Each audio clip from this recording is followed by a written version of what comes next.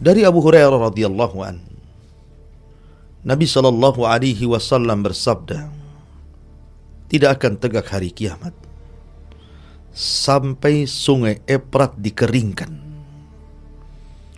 dan ditampakkan padanya satu gunung semua emas. Maka manusia akan datang dari berbagai macam arah dan akan berperang untuk memperebutkan gunung emas tersebut.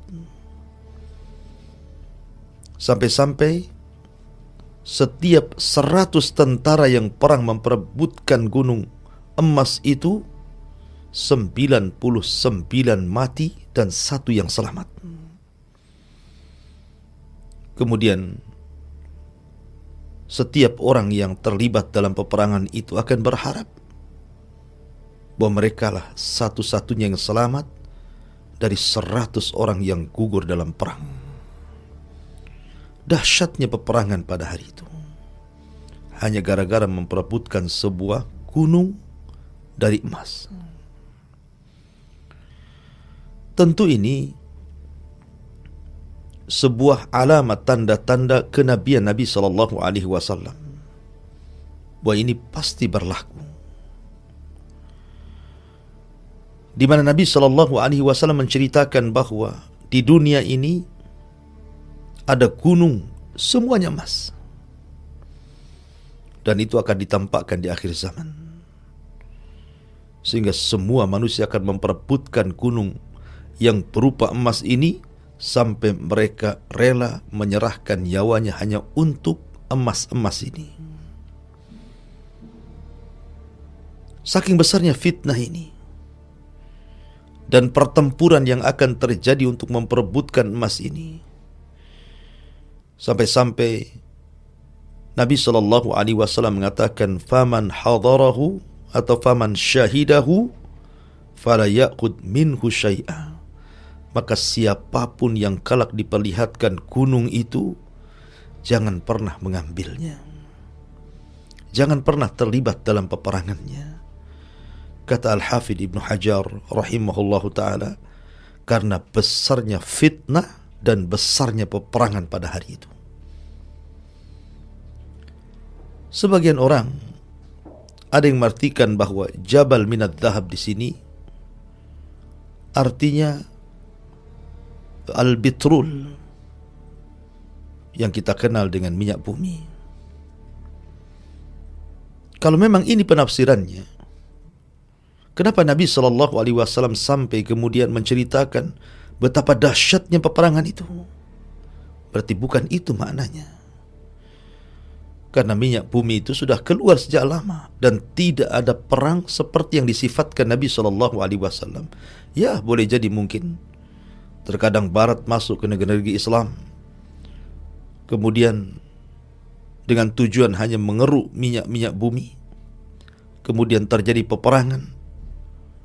Tetapi sifat perangnya tidak seperti yang disifatkan Nabi sallallahu alaihi wasallam, di mana setiap 199 gugur dan 1 selamat. Ma'asyiral muslimin yang dimuliakan Allah Azza wa Jalla.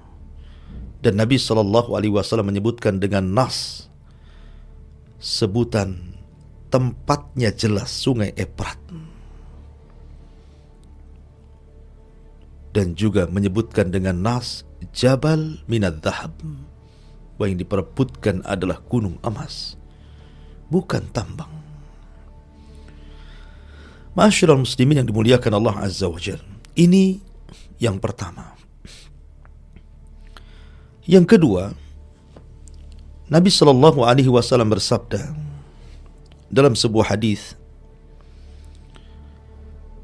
di mana hadis ini dikeluarkan dalam Musnad Imam Ahmad, dalam Musnad Abi Dawud, At-Tayalisi, dan juga disebutkan dalam Sunan Al-Bazzar, dan hadis ini dihasankan oleh Syekh Al-Arnaud rahimahullahu ta'ala.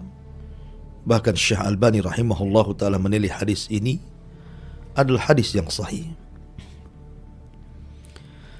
Kata Nabi SAW, di era kalian akan terdapat zaman kenabian. Atas kehendak Allah, kenabian itu berlalu dan diangkat Allah Subhanahu wa ta'ala atas kehendaknya pula. Lalu akan berganti dengan era kekhilafahan yang mengikuti jalan kenabian. Atas kehendak Allah pula diangkat, dan kehendaknya pula kemudian khilafah itu berlalu. Kemudian akan datang kekuasaan zalim, dan atas kehendaknya Allah berlalukan kekuasaan itu, dan akan datang pula era kekuasaan yang disebut dengan kekuasaan diktator, dan atas kehendaknya Allah maka akan berlalu sampai akan datang kembali kekhilafahan yang mengikuti jalan kenabian. Lalu Rasul kemudian terdiam. Ma'asyiral muslimin yang dimuliakan Allah Subhanahu wa ta'ala, hadis ini menjelaskan kepada kita tentang fase perjalanan manusia. Pertama, dipimpin oleh Nabi SAW. Ma'ruf, Nabi SAW menjadi Nabi selama 23 tahun. Maka persis di tanggal 12 bulan Rabiul Awal tahun 11 Hijriah, di hari Senin, Nabi SAW pupus usia, meninggalkan kita semuanya. Dan ini tahun-tahun kesedihan bagi kita.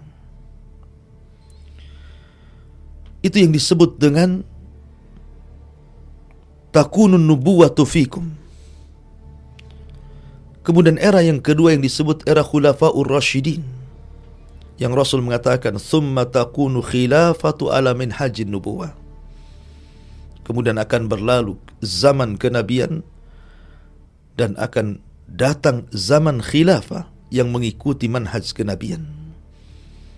Dan Nabi SAW bersabda bahwa khulafaur rasyidun itu hanya 30 sanatan, 30 tahun saja. Dan ini dimulai daripada era Abu Bakar Siddiq radhiyallahu an.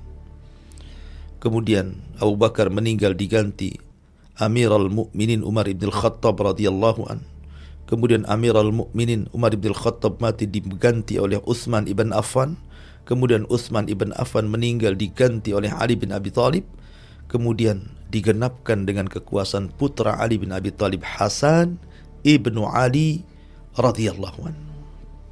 Genap 30 tahun.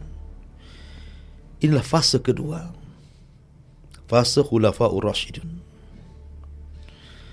Dengan berlalunya fase khulafaur rasyidun, dengan meninggalnya Ali radhiyallahu an, kemudian Hasan ibn Ali menyerahkan kekuasaannya kepada Muawiyah, maka ini adalah fase yang ketiga yang disebut dengan mulkan adhan, kerajaan yang disebut dengan adhan. Apa itu adhan?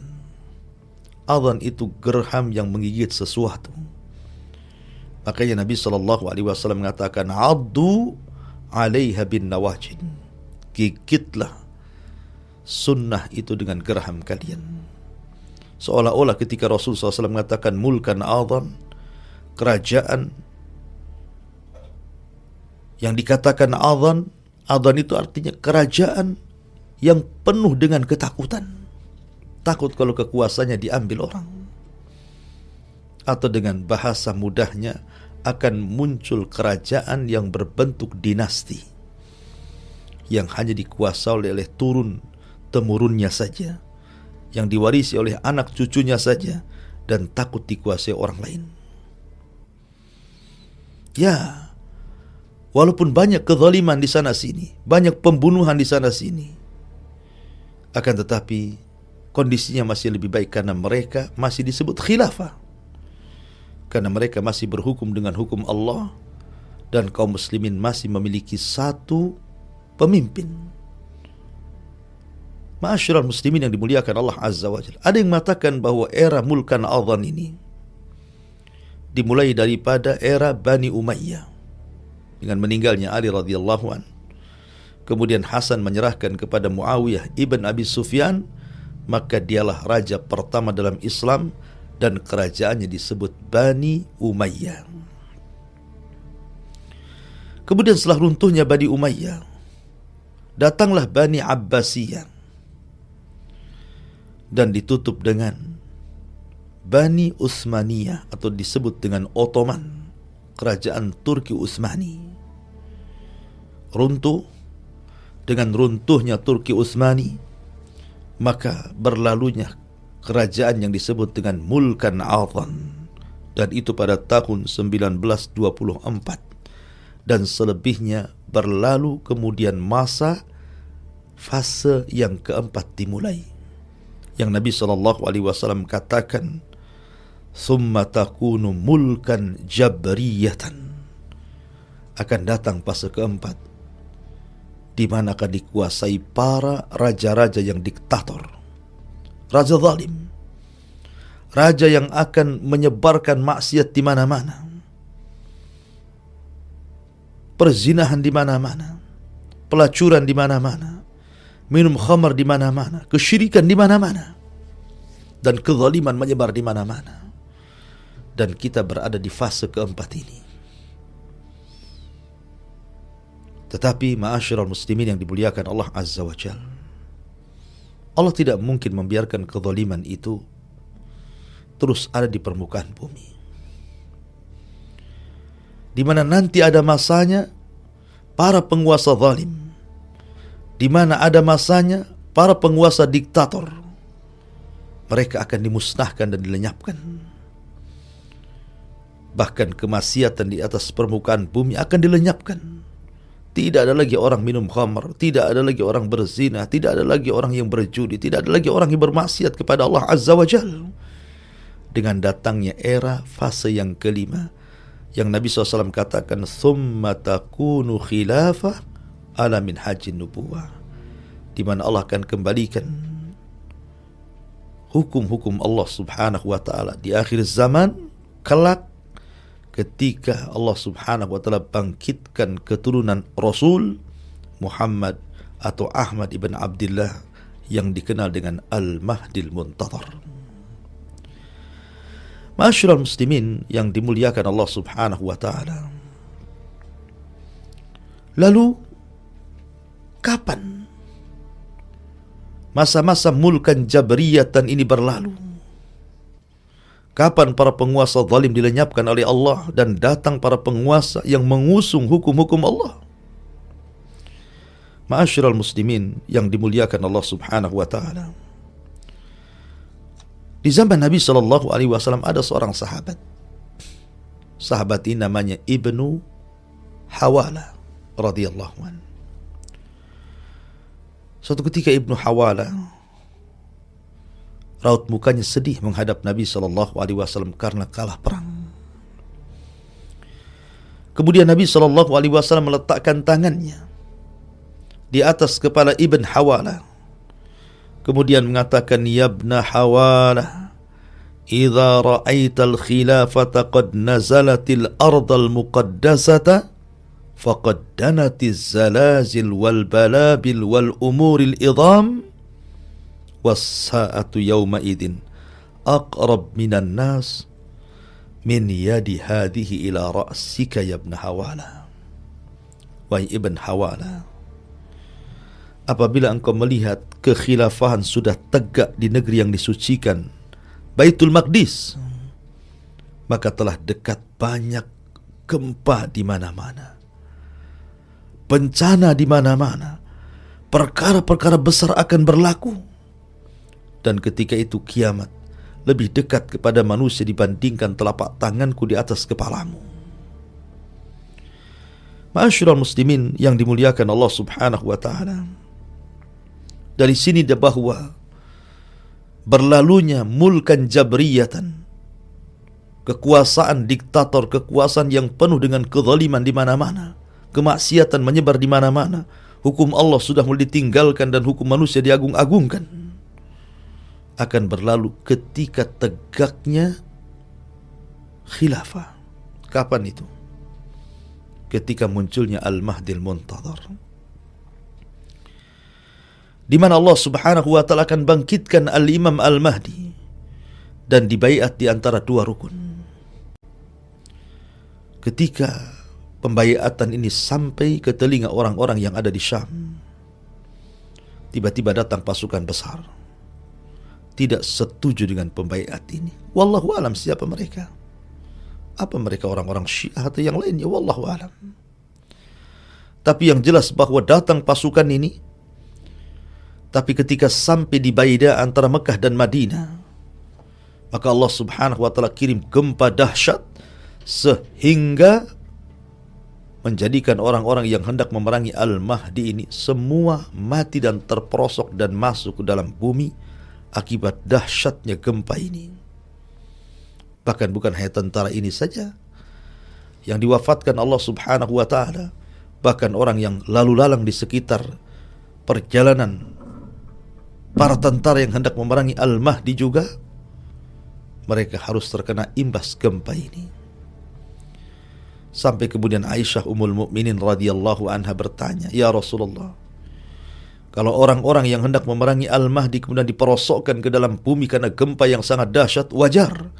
Lalu bagaimana nasib orang yang lulalang yang tidak ada kaitan dengan tentara itu?" Maka Nabi SAW mengatakan, "Yub'atsuna yaumal qiyamati ala niyatihim." Mereka akan dibangkitkan pada hari kiamat sesuai dengan niat-niat mereka. Nabi SAW bersabda dalam hadis Mu'adz bin Jabal radhiyallahu an, "Imranu Baitil Maqdis kharabu Yathrib. Wa kharabu Yathrib khurujul malhamati. Wa khurujul malhamati fathul Qastantiniyati. Wa fathul Qastantiniyati khurujud Dajjal." Rawahu Abu Dawud wa Ahmad. Kata Nabi SAW, apabila Baitul Maqdis sudah menjadi pusat kekuatan kaum muslimin, dipimpin oleh Al-Mahdil Muntadhar, maka ketika itu Madinah akan roboh, Yathrib akan roboh.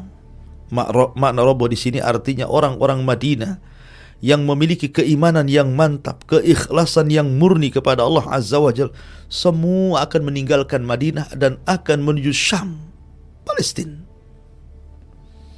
Kecuali orang-orang munafik, mereka tidak ikut, karena mereka kelak akan mengikuti Dajjal. Maka bergeraklah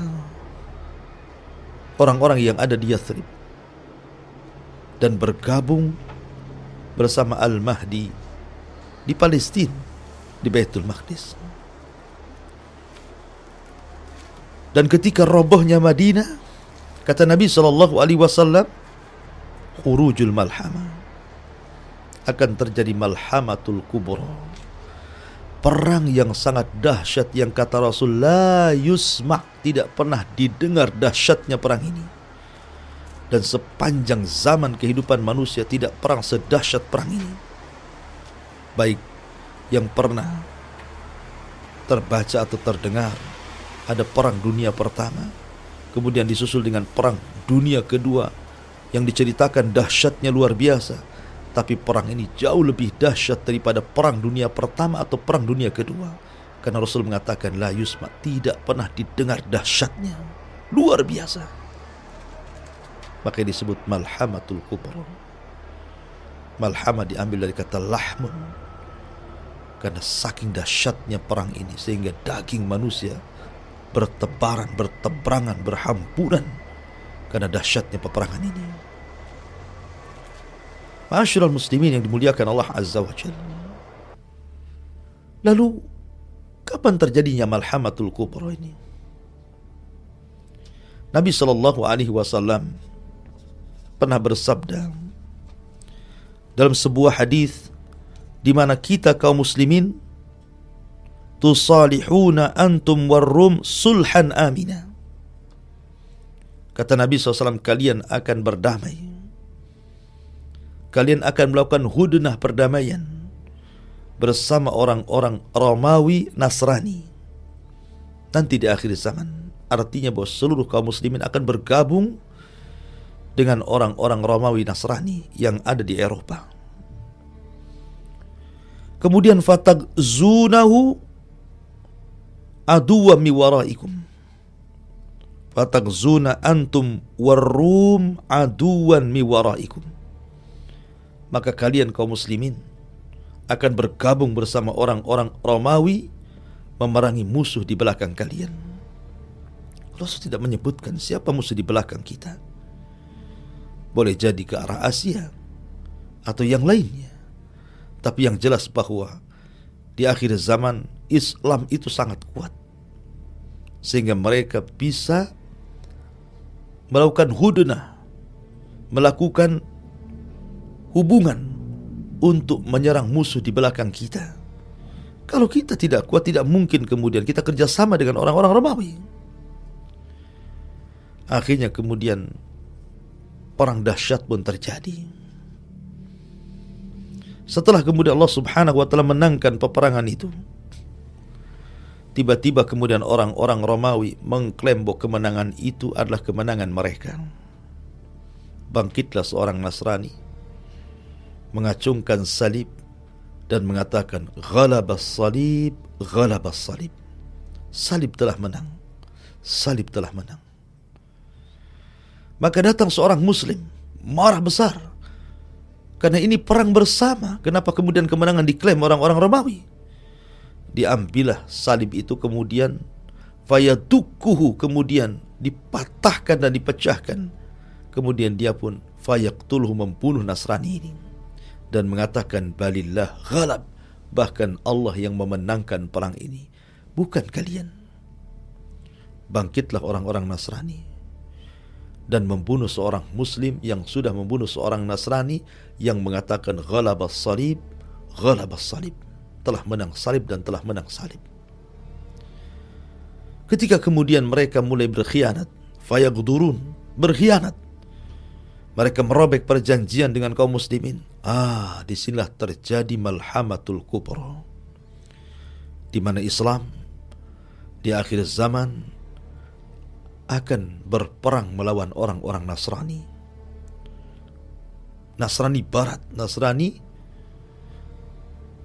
yang sudah memang dipersiapkan di akhir zaman, berperang melawan kaum muslimin. Dan Nabi SAW sampai-sampai menyebutnya bahwa ya'tunakum tahta thamanina ghaya, bahwa mereka akan mendatangi kalian dengan jumlah 80 daulah. 80 negara akan bersatu bersama orang-orang Nasrani. Kemudian tahta kulli ghayatin ithna asyara alfa, dan setiap satu negara akan membawa 12.000 pasukan khusus untuk melawan kaum muslimin. Jadi kalau seandainya kita kalikan saja 80 negara, di mana setiap negara membawa 12.000, berapa jumlah tentara musuh melawan kaum muslimin? Banyak sekali, miliun. Ya. Ma'asyiral muslimin yang dimuliakan Allah Subhanahu wa ta'ala. Dan mereka pada akhir zaman akan jauh jumlahnya dibandingkan kaum muslimin.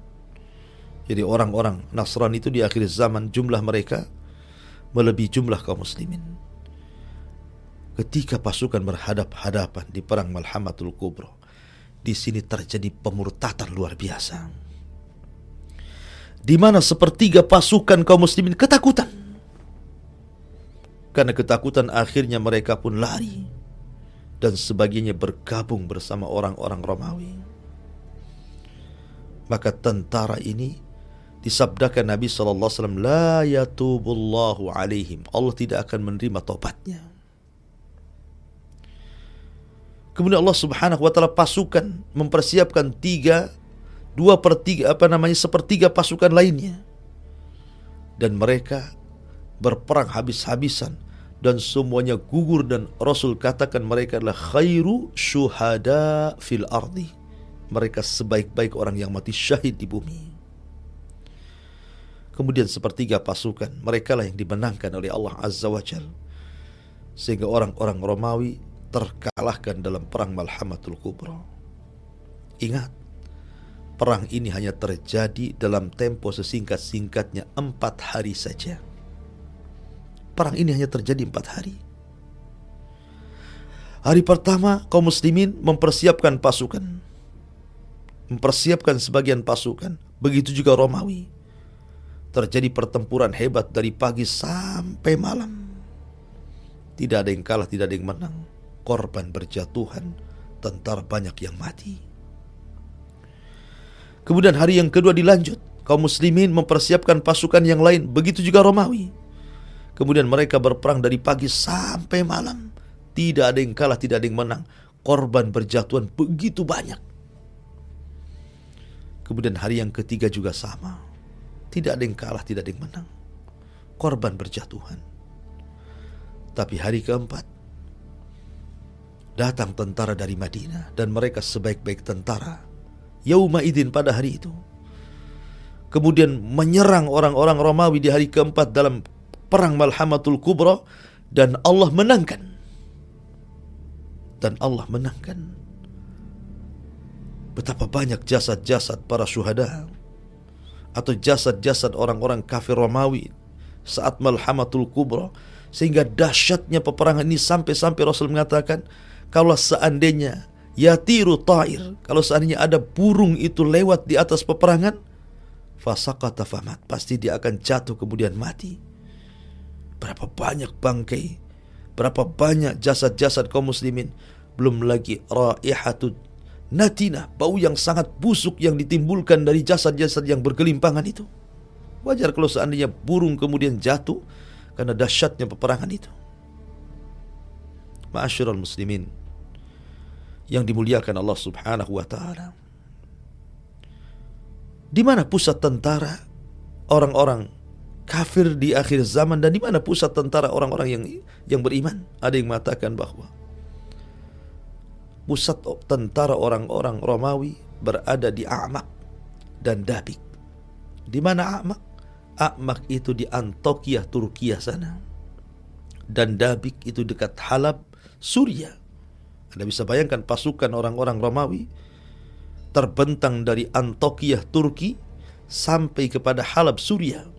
Saking banyaknya mereka. Sementara Fustatul Muslimin,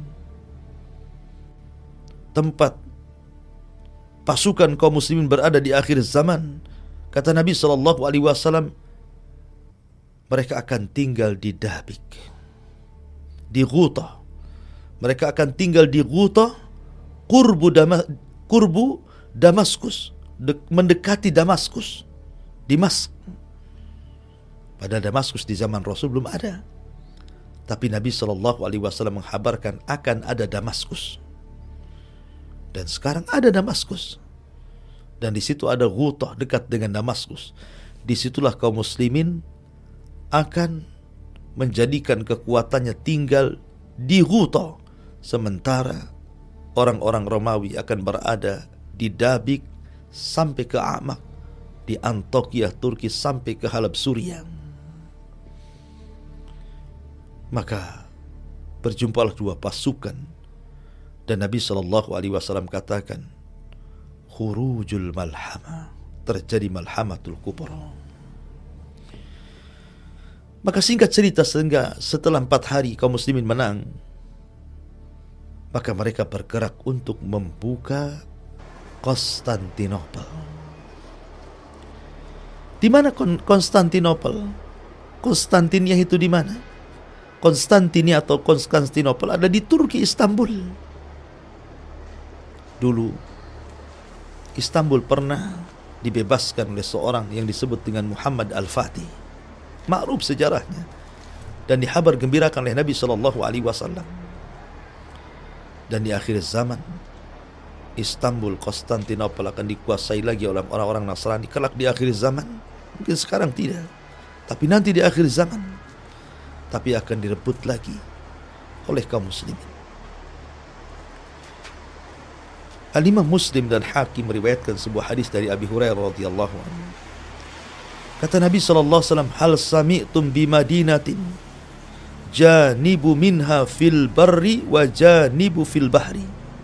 Pernahkah kalian mendengar ada satu kota sebagiannya di daratan, sebagian kota di lautan? Maka para sahabat mengatakan, "Na'am ya Rasul." Maksudnya apa kota ini? Adalah kota Konstantinopel atau Istanbul. Kata Nabi SAW, "La taqumu sa'ah hatta yaghzuha sab'una alfan min bani Ishaq." Kata Nabi SAW, tidak mungkin tegak hari kiamat sampai kota itu diserbu oleh orang tempatan 70.000 dari kalangan Bani Ishaq. Orang-orang mereka sendiri yang masuk Islam, orang-orang Eropa yang masuk Islam dari Bani Ishaq. Mereka akan menggempur Konstantinopel. Subhanallah. Kata Nabi sallallahu alaihi wasallam, "Hatta idza ja'uha nazalu falam yuqatilu bisilahin walam yarmu bisahmin." Ketika pasukan Bani Ishaq yang 70.000 ini datang, tidak ada peperangan dengan pedang, bahkan tidak ada satu melesat satu busur panah sekalipun. Satu anak panah dari busurnya tidak ada yang melesat. Artinya dikalahkan bukan perang, dikalahkan bukan dengan berperang. Lalu bagaimana cara mengalahkan mereka? Fayaquluna la ilaha illallah Allahu akbar. Maka mereka pun mengucapkan la ilaha illallah Allahu akbar hanya dengan takbir. Tiba-tiba kemudian kota yang di daratan itu langsung roboh. Kemudian takbir kedua, kota yang di lautan itu langsung roboh. Kemudian takbir yang ketiga, Konstantinopel, Istanbul jatuh ke tangan kaum muslimin. Ketika jatuh ke tangan kaum muslimin dan mereka sedang merayakan kemenangan, harta rampasan perang di mana-mana. Idh saha sayhatun, tiba-tiba ada yang berteriak bahwa Dajjal telah muncul dan akan menyerang keluarga mereka di Syam. Maka ketika mendengar berita hoax ini, maka kaum muslimin pun langsung kembali dari Konstantinopel menuju Syam, dan mereka tidak berhajat mengambil harta rampasan perang sedikit pun. Mereka sudah capek. Mereka mendengar makin capek lagi, sehingga mereka sudah tidak tertarik dengan ghanimah-ghanimah itu. Yang mereka pikirkan keselamatan keluarga mereka karena Dajjal muncul kala itu. Maka mereka langsung bergerak dari Eropa menuju Syam. Tetapi sampai di rumah mereka Dajjal tidak muncul. Tetapi memang itu eranya Dajjal keluar. Kenapa Dajjal keluar? Dan di mana ketika terjadi Malhamatul Kubra orang-orang Yahudi? Kata ulama, orang-orang Yahudi bersembunyi, tidak terlibat dalam perangan Malhamatul Kubra karena ketakutan. Karena ketakutan itulah akhirnya Dajjal marah. Dan ingat kata Rasul, Dajjal tidak keluar kecuali ala ghadbatin yaghtibuha, kecuali karena kemarahan yang disulut orang-orang Yahudi. Mereka pengecut, tidak berani melawan kaum muslimin, sehingga Dajjal keluar dan mengompori mereka, memberikan semangat untuk melawan kaum muslimin. Maka di belakang Dajjal sab'una alfan Yahud, 70.000 Yahudi lengkap dengan toyalis di atas kepala mereka. Dan munculnya Dajjal lah tanda pertama dari tanda-tanda alamatus sa'atil kubra, tanda-tanda kiamat besar, dimulai dengan datangnya Dajjal. Karena tanda-tanda kiamat besar itu ada 10. Keluarnya Dajjal, turunnya Isa bin Maryam, datangnya Ya'juj wa Ma'juj, kemudian asap di langit yang disebut dengan dukhan, kemudian matahari terbit dari arah barat, kemudian munculnya binatang yang melata yang bisa bicara, kemudian terjadi gempa dari arah timur, kemudian gempa dari arah barat, kemudian gempa di Jazirah Arab, dan ditutup dengan api dari Aden yang bergabung dengan api Hijaz dan akan mendorong manusia ke mahsyarihim di Syam, tempat berkumpulnya di Syam. Disitulah Allah wafatkan setiap seorang mukmin yang ada iman dalam hatinya walaupun sebiji darah, sehingga tidak tersisa kecuali orang kafir. Ketika itu kiamat dibangkitkan kepada mereka.